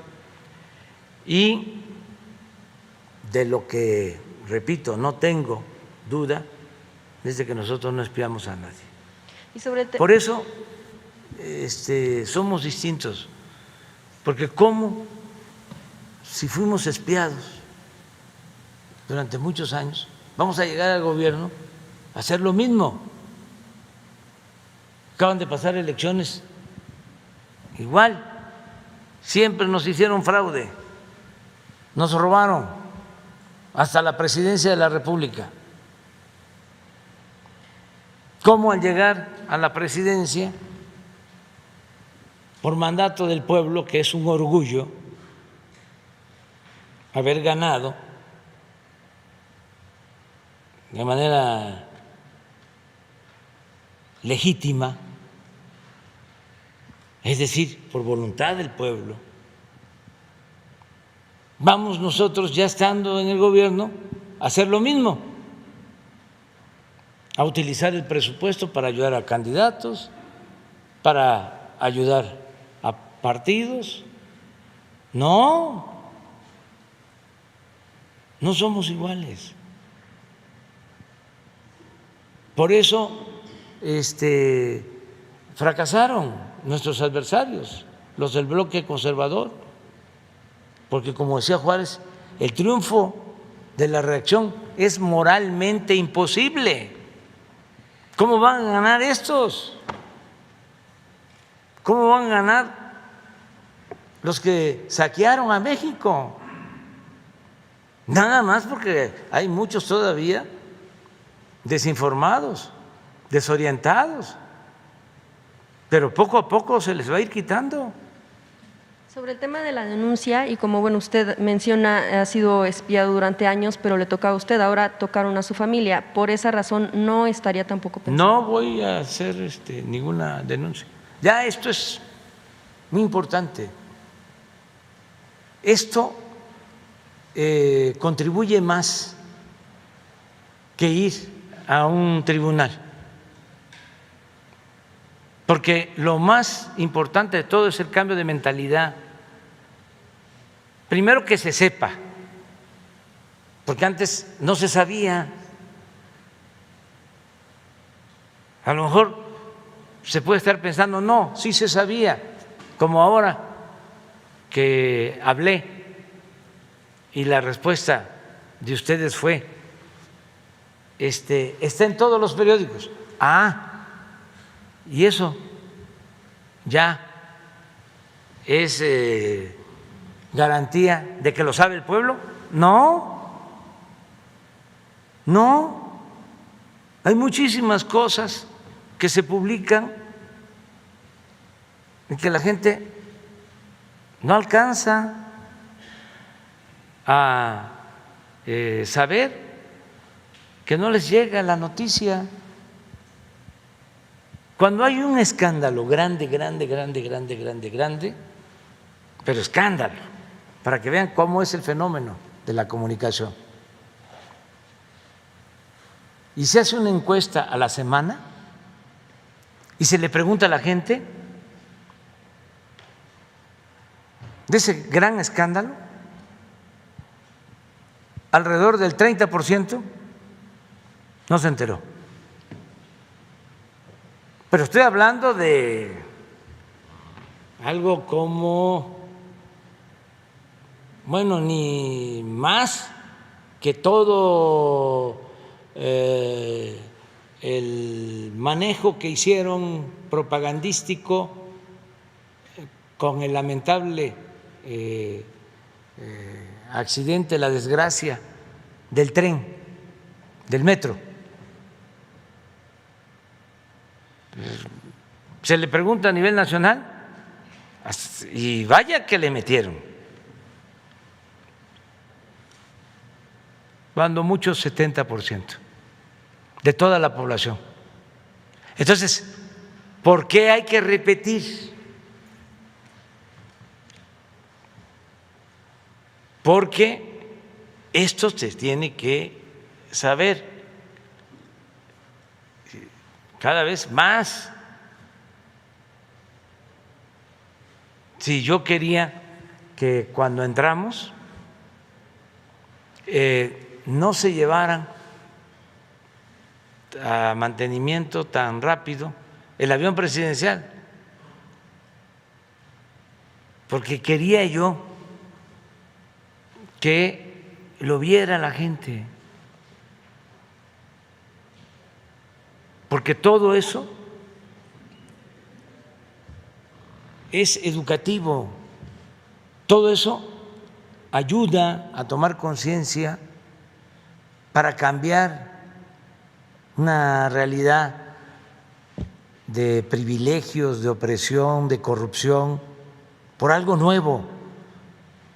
Entonces, esto, así como ustedes dicen, ya se sabe, pues no.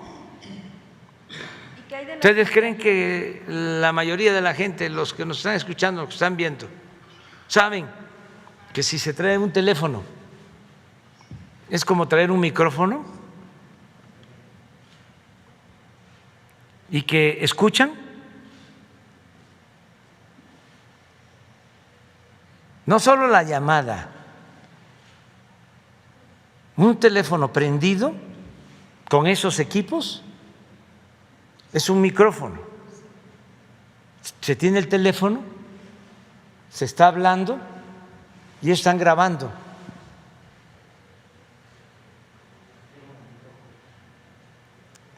No, el teléfono, sí, el teléfono es micrófono. Entonces, allá en Tabasco, desde que estábamos, ¿no?, en la lucha, sabíamos, ¿no?, nos reíamos en la casa porque mi finada suegra leía el rosario por teléfono para una amiga.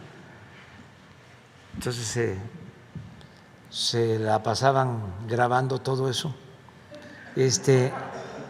Y antes era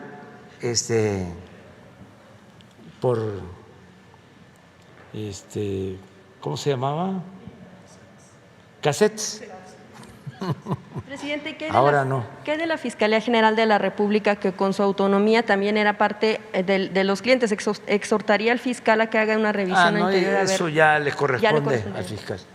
Y en otro tema, presidente, el asunto de Panteló, bueno, pues ahora ya con el asunto de las autodefensas, conocidas como el machete, pues la población está apoyando este tipo de acciones en cuanto a armarse por el tema de la violencia que están viviendo, y de hecho están pidiendo anular las elecciones de autoridades municipales. ¿Qué es lo que han encontrado desde el Gabinete de Seguridad en torno a lo que está detrás de toda esta violencia que están viviendo los habitantes de esta zona? Bueno, primero que nosotros no estamos de acuerdo con las autodefensas. Eso fue una creación también dañina de la época en que se le declaró la guerra a las bandas de la delincuencia. Trajeron hasta un experto colombiano para enfrentar el problema de la inseguridad, la violencia, con estas llamadas autodefensas.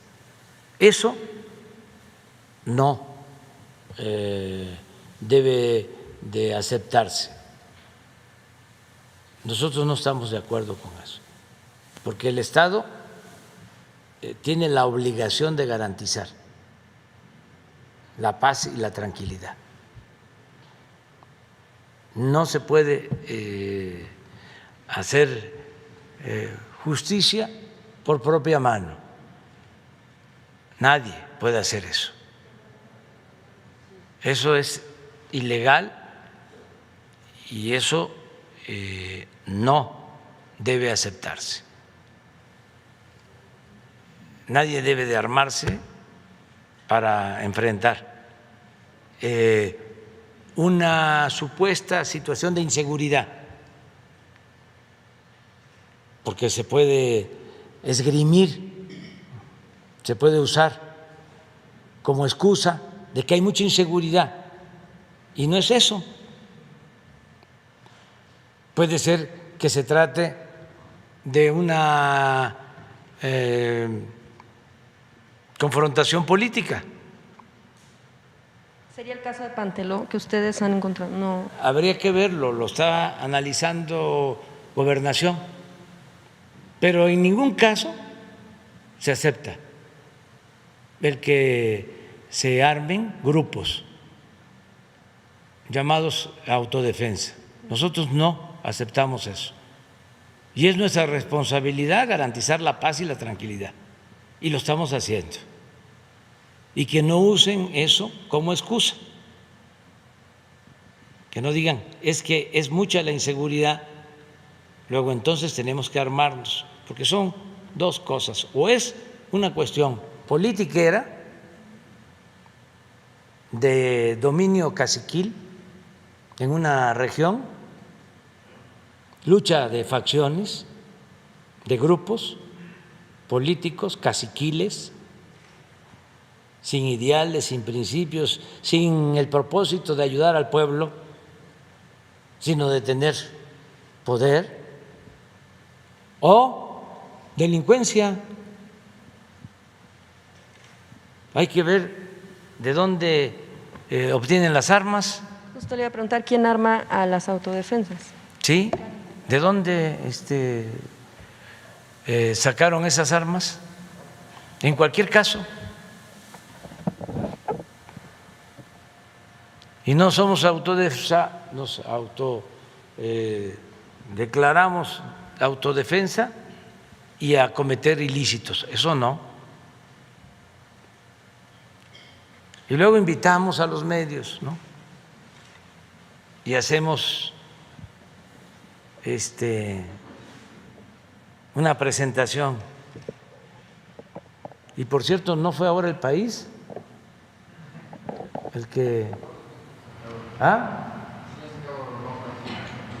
Pero ¿quién? Había televisión y todo, ¿no? Sí. Aranza Ramos fue víctima de feminicidio por el hecho, de estar buscando a su esposo en la zona de Sonora. Ella estaba junto con un grupo de colectivos, de mujeres que buscan a sus familiares y la asesinaron. Ahora una integrante o varias integrantes de un grupo de buscadoras en Sonora, denuncia que es amenazada de muerte. Preguntarle qué va a hacer el gobierno para proteger a estas mujeres. Vamos a seguir protegiendo a todas las mujeres y condenamos estos crímenes. Y se están llevando a cabo investigaciones y vamos a seguir protegiendo a todos y combatiendo a la delincuencia. Hay garantías, hay protección y no hay impunidad. Por ejemplo, ayer fue muy lamentable el que asesinaron en Morelia a un periodista.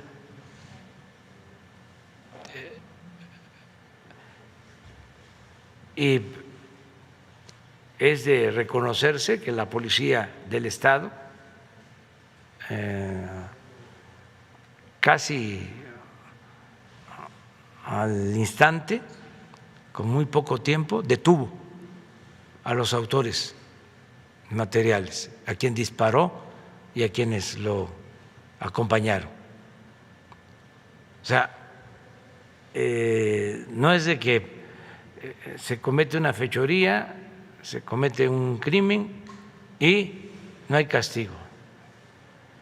Puede ser que se fuguen, que nos cueste trabajo, encontrarlo, pero no hay impunidad para nadie. Entonces vamos a seguir así. Ya nos vamos porque ahora sí se nos pasó completo, ya son más de las 9. Mañana nos vemos. Mañana es muy interesante porque es quién en las mentiras. Sí. Esta de la crónica está buena para analizarlo.